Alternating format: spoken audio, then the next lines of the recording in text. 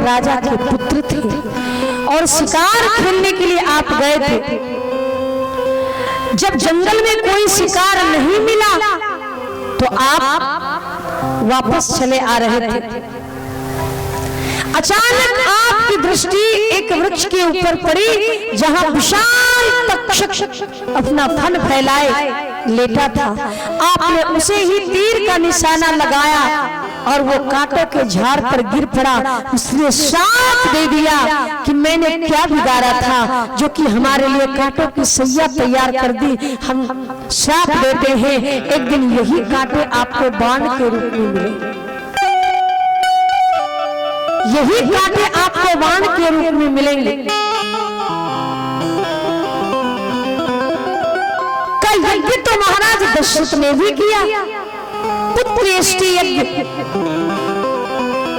और यज्ञ करने से महाराज श्री दशरथ को पुत्र की प्राप्ति भी हुई। और जब सबने यज्ञ किया ही है तो राजा जन्मजय यदि यज्ञ करना भी चाहता है तो इसमें क्या बुराई है? आप देख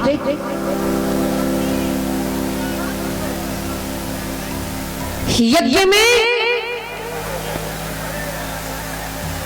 निस्वार्थ भाव से जगत के लिए, परमात्मा के लिए किया हुआ यज्ञ समस्त जगत के लिए कल्याणकारी तो होता ही है, लेकिन मन में कोई ऐसी मनोवृत्ति पालकर किसी को कष्ट देने के लिए यदि यज्ञ किया जाए तो वो यज्ञ कभी फलीभूत नहीं होता। कहा जब उस व्यक्ति ने आकर जन्मजय से कहा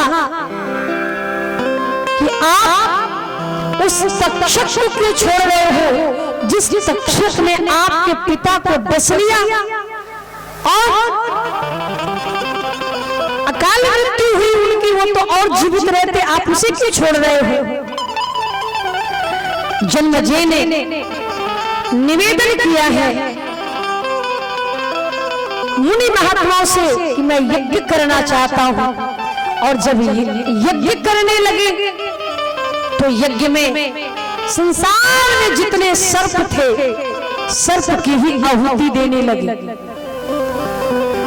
जितने सर्प थे सर्प की आहुति देने लगे। हवन कुंड में सारा सर्प स्वयं आकर गिरना प्रारंभ हो गया मंत्र उच्चारण के कारण। संसार से सर्पों की जाति ही समाप्त होने वाली है। अब क्या हो?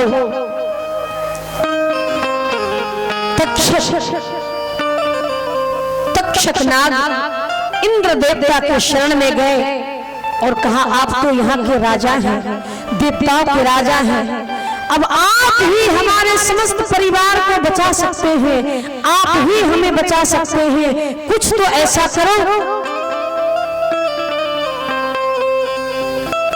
ताकि हमारा वंश बचा रहे, हमारा परिवार नष्ट होने से बचा रहे।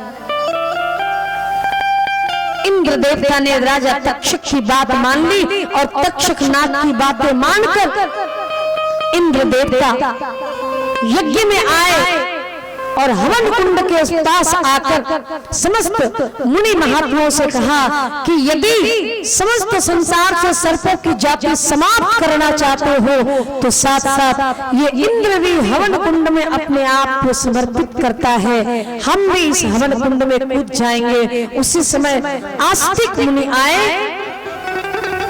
और उसने आकर कहा मैं एक ऐसा मंत्र जानता हूं जिस मंत्र को पढ़ने से सर्पों को मारने की कोई आवश्यकता नहीं, फिर का इस मंत्र का जो भी जाप करेगा सर्प उसके सामने भी खड़ा होगा तो सर्प काट नहीं सकता है।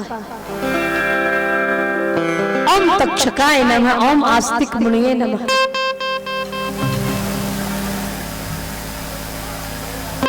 संसार को इस मंत्र का जप करना चाहिए, उसकी कभी मृत्यु सर्प के काटने से नहीं होगी।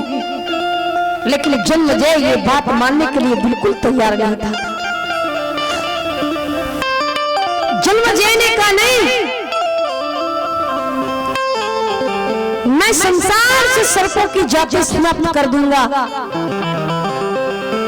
उस समय इंद्र ने तक्षक नाग देवता को उठाया और सर्प को अपने हाथ में लेकर एक संकल्प लिया।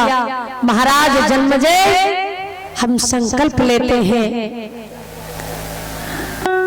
कि सर्प जो है तब तक व्यक्ति को नहीं काटेगा जब तक सर्प के ऊपर उसके शरीर का स्पर्श ना होगा, जब तक मनुष्य के शरीर के अंदर उसका शरीर दबा ना जाए, तब तक कोई भी सर्प उसे काटेगा नहीं। और इतना ही नहीं, सर्प के पास विष ही नहीं होगा। मैं वचन देता हूं, सर्प को मत मारो हवन कुंड में डालकर।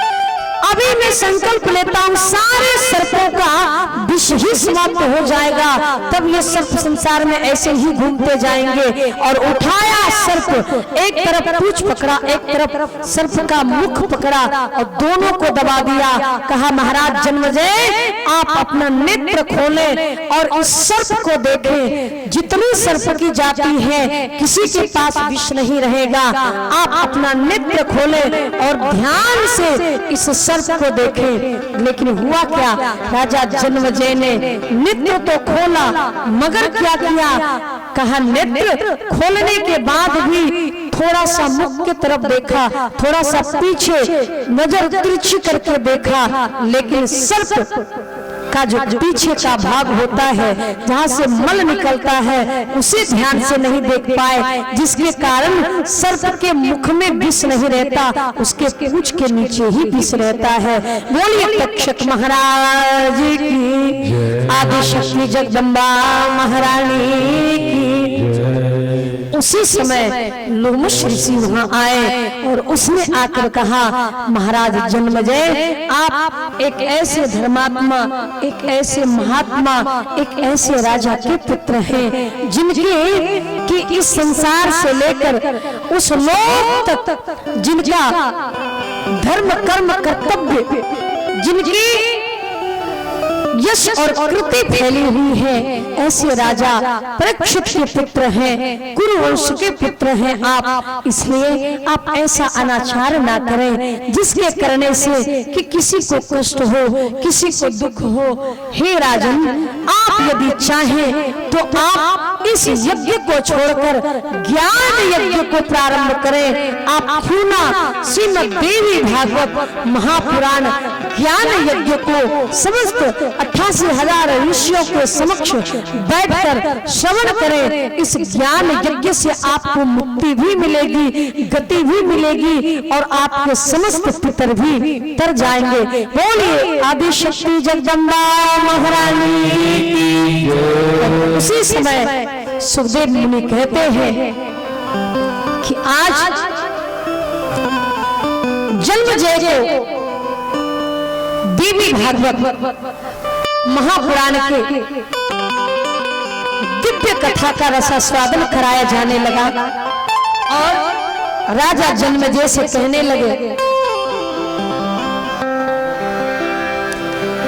बोलिए आदि शक्ति जगदम्बा